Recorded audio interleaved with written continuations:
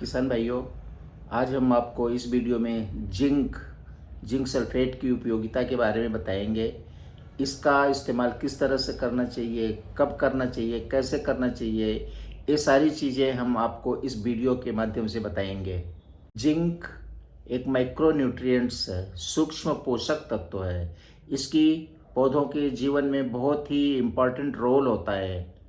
जैसे कि फसल की बढ़वार कम हो जाती है, पत्तियां छोटी रह जाती हैं, पत्तियां पीली पड़ती हैं, पौधे की बढ़वार कम होती है और पौधों पे भूरे धब्बे पड़ने लगते हैं, प्रकाश संश्लेषण की क्रिया कम होती है, जिससे पौधों में उपज कम आ जाती है। आज हमारे देश में जितनी भी ज़मीन है, जितनी भी सॉइल है, उसमें जिंक की कमी देखी जा रही है। जिंक की कमी से हमारे प्रोडक्शन पे भी काफ़ी असर पड़ रहा है। इसलिए हमें जिंक देना ज़मीन में बहुत ज़रूरी हो जाता है। पहले हम गोबर की खाद देते थे और तरह तरह के ऑर्गेनिक खादें हम देते थे, जिससे इस तरह के माइक्रोन्यूट्रिएंट्स पोषक तत्वों की ज़रूरत पूरी हो जाया करती थी। लेकिन अब समस्या ये हो गई कि हम सारा रासायनिक खाद दे रहे हैं, केमिकल फर्टिलाइजर पे डिपेंड हो गए हैं, गोबर की खाद दे नहीं पाते हैं। इसलिए अब हमें जिंक सल्फेट देने की ज़रूरत पड़ रही है। लेकिन फसलों में जिंक सल्फेट की कौन सी मात्रा देना चाहिए, कितना देना चाहिए, उस चीज़ पे हम ध्यान नहीं देते हैं। तो आज हम इस बात पे चर्चा करेंगे कि जिंक सल्फेट देना कितना है, कब देना है और कैसे देना है। अगर हम जिंक सल्फेट की बात करें तो देखो, मार्केट में जिंक सल्फेट दो तरह की आता है और इसे हमें ध्यान रखना होता है। जिंक सल्फेट को ZnSO4 कहते हैं।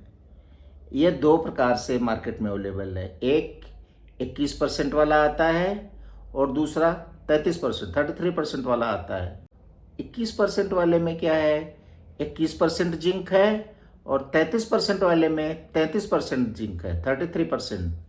एक चीज़ हमें ध्यान रखना चाहिए, जिंक सल्फेट में जिंक भी होता है और सल्फर भी होता है, लेकिन जितना जिंक होता है करीब करीब उसका आधा सल्फर होता है। तो हमें हमारी फसलों में जिंक और सल्फर दोनों की कमी को ये जिंक सल्फेट अकेले दूर कर देता है। तो इसका मतलब है कि जो 21% वाले में है, इसमें 21% जिंक मिलता है और इसका आधा 10.5-11% सल्फर होता है। उसी तरह 33% जिसमें जिंक है, जिंक सल्फेट में 33% जिंक होता है और 16.5-17% उसमें सल्फर होता है। अगर हम अपने खेतों में जिंक सल्फेट 21% वाला डालते हैं तो उसकी मात्रा हमें थोड़ा ज़्यादा डालनी पड़ती है, क्योंकि इसमें जिंक की मात्रा कम है। तो ये करीब 1 एकड़ में 10 किलो के आसपास डालते हैं 21% वाली जिंक सल्फेट को। और अगर हम 33% वाला जिंक सल्फेट, यानी जिसमें जिंक 33% है, उसको डालते हैं तो 1 एकड़ में करीब 6 किलो जिंक हमें इस्तेमाल करना चाहिए, जिंक सल्फेट हमें डालना चाहिए।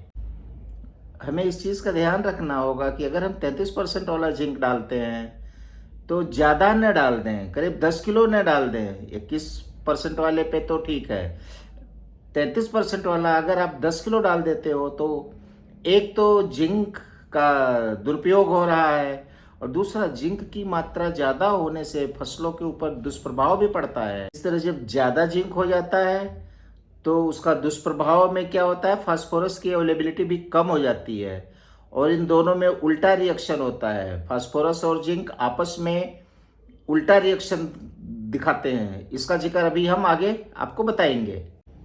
अब अगर हम जिंक सल्फेट का छिड़काव करते हैं तो इसका डोज किस तरह से रखते हैं। देखिए, अगर हम जिंक सल्फेट का छिड़काव कर रहे हैं तो 21% वाला जो जिंक सल्फेट है उसमें 5 ग्राम पर लीटर पानी के साथ मिला के स्प्रे करते हैं।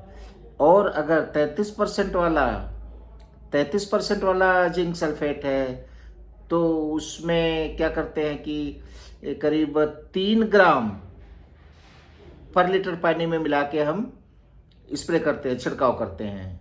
लेकिन अगर हम छिड़काव करते हैं, छिड़काव विधि से जिंक सल्फेट का इस्तेमाल करते हैं तो हमें कम से कम 2 बार स्प्रे करना चाहिए, 2 छिड़काव करना चाहिए। पहला, जब आपको दिखे कि पत्तियां पीली होने शुरू हो रही, यानी जिंक डिफिशियंसी के लक्षण दिखने लगते हैं, तो पहला छिड़काव करना चाहिए, स्प्रे करना चाहिए, और दूसरा करीब 10-15 दिन के बाद एक दूसरा छिड़काव कर देना चाहिए, जिससे जिंक की कमी को हम दूर कर सकते हैं। कि अगर जिंक हमें डालना पड़ता है तो क्या करते हैं कि बिजाई के साथ जिंक को डालते हैं, ज़मीन के अंदर बिजाई के साथ डालते हैं, तो ये जिंक जो है ज़मीन के अंदर चला जाता है और पानी के साथ मिक्सअप होके रूट के थ्रू, जड़ों के थ्रू पौधा उसको लेता है। अगर मान लो हम नीचे नहीं डाल पाए, बुआई के समय नहीं डाल पाए, तो क्या हम ऊपर से छिटका मार देते हैं, छिड़क देते हैं। तो इसमें क्या है, जो ऊपर जिंक होता है वो जड़ों तक पहुंच पाने में बहुत मुश्किल होता है, नहीं पहुंच पाता है। तो ऐसे परिस्थिति में अगर हम बुआई के समय नहीं डाल पाए हैं, ऊपर से डाले हैं, तो डालने के बाद हमें पानी दे देना चाहिए। जब पानी हम देंगे तो जिंक गल के नीचे आएगा, ज़मीन में अवशोषित होगा, तो उसके द्वारा, जड़ों के द्वारा पौधा लेगा और पौधे में जिंक की कमी को दूर कर सकते हैं। इस तरह से ज़्यादातर जिंक सल्फेट खड़ी फसल में ही डालना उचित होता है। खड़ी फसल में जैसा हमने डोज बताया, उस डोज के हिसाब से खड़ी फसल में छिड़काव करें। छिड़काव भी आप तभी करेंगे जब आपको लगता है कि जिंक की कमी दिख रही है, जिंक के डिफिशियंसी के लक्षण दिख रहे हैं, तो आप छिड़काव करेंगे।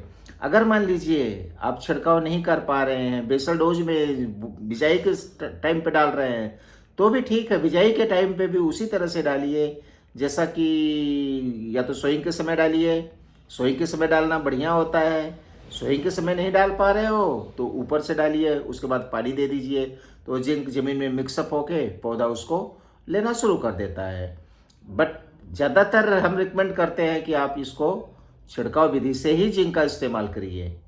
जब एक समस्या ये आती है कि जिंक को हमें फास्फोरस के साथ नहीं मिलाना चाहिए। अगर हम खेत में डाल रहे हैं, एनपीके में भी फास्फोरस है, डीएपी में भी फास्फोरस है, इस तरह से फास्फोरस वाली जो खाद्य है उसमें भी, तो हमें किस तरह से ये मिलाना चाहिए इस बारे में हम आपको बताते हैं, और क्यों नहीं मिलाना चाहिए ये भी अभी हम आपको बता रहे हैं। तब अगर हमें जिंक को इसके साथ मिलाना नहीं है, फास्फोरस के साथ, तो प्रॉब्लम आती है कि हम उसको डालें कैसे। तो उसको डालने का तरीका ये है, इसको डालने के लिए क्या है, पहले कूड़ में आप फास्फोरस वाली खाद डाल दीजिए, उसके बाद थोड़ी देर बाद जिंक वाली खाद डाल दीजिए। तो दोनों 2 बार में आप डालेंगे तो दोनों में आपस में मिलाव कम होगा लेकिन कम होगा। ऐसा नहीं कि आप पलट के जिंक वाली खाद और फास्फोरस दोनों एक साथ मिक्स करके, आराम से मिक्स करके बिखेरिए, ऐसा नहीं है। अब बारी बारी से कूड़ में डालिए फास्फोरस एक बार, उसके बाद 10-15 मिनट 20 मिनट बाद जिंक वाली डाल के फसलों को दें, तो इससे हमें लाभ होगा और इसका साइड इफेक्ट नहीं होगा। इस तरह हम कूड़ में डालेंगे, बुआई के टाइम पे डालेंगे, कूड़ में डालेंगे, दोनों को अलग अलग से डालेंगे तो हमें अच्छा रिजल्ट मिलेगा। समस्या ये है कि हम बहुत सारे किसान भाई ये जानते नहीं कि कैसे इनको आपस में किस तरह से मिलाया जाए। मिक्स करके वो इस्तेमाल करते हैं, फसलों में मिक्स करके, दोनों एक साथ मिक्स करके डाल देते हैं, लेकिन वो हमारी अज्ञानता है। इस तरह से हमें नहीं करना चाहिए। ऐसा हम करेंगे न तो हमें फसल को न तो जिंक का उपयोगिता नज़र आएगी, न तो फास्फोरस की आएगी। दोनों पौधे को दोनों भी नहीं मिलेंगे, इसलिए अलग अलग ही डालना अच्छा होता है। तो इस तरह से बुआई के समय डालना और खड़ी फसल में छिड़काव विधि से डालना, ये दोनों विधि ही हमें अपनाना है। मात्रा हमने बता दिया है। 1 एकड़ में 21% वाली है तो 10 किलो डालना है 1 एकड़ में, और अगर 33% वाली है तो 6 किलो 1 एकड़ में डालना है। इस मात्रा से आप डालिए, बिजाई के समय डालिए तो आपको अच्छा लाभ दिखेगा। वैसे तो हमें अपने सॉइल का टेस्ट करा लेना चाहिए, उसमें जिंक सल्फर की कमी है कि नहीं है वो हमें पता चल जाता है। अगर हमें जिंक और सल्फर की कमी, ज़मीन में कमी है, तो उसके हिसाब से हमें ये फर्टिलाइज़र डालना चाहिए। और अगर नॉर्मल है, ठीक है, तो कम डालना चाहिए। कभी कभी 1 साल या 2 साल में भी बीच बीच में डाल देते रहना चाहिए। तो सॉइल टेस्ट कराना ज़रूरी होता है, इससे हमें सही चीज़ का पता चलता है कि कौन से तत्व ज़मीन में नहीं है, उन तत्वों को हम अलग से इस्तेमाल करके अपनी ज़मीन को सुधार सकते हैं। इस तरह से जो जिंक सल्फेट का जो डोजेज़ हमने बताया है, उतना ही डालना चाहिए। अगर आप उससे ज़्यादा डालोगे तो इसका साइड इफ़ेक्ट ज़्यादा आता है और फसलों पे इसका उल्टा असर पड़ता है। ज़्यादा होने से फास्फोरस की उपयोगिता कम हो जाती है, फास्फोरस की उपलब्धता कम रहती है, तो फास्फोरस की भी कमी दिखती है और जिंक की भी दिखेगी। इसलिए इसको जितना डोज बताया गया है उसी तरह से उतना ही डोज का इस्तेमाल करिए। ज़्यादा करने पे फायदा न होके नुकसान करता है। इस तरह निष्कर्ष ये है कि जिंक को फास्फोरस को एक साथ मिक्स करके कभी भी इस्तेमाल न करें। इनको अलग अलग इंटरवल पे डालें और सही ढंग से डालें, सही डोज डालें।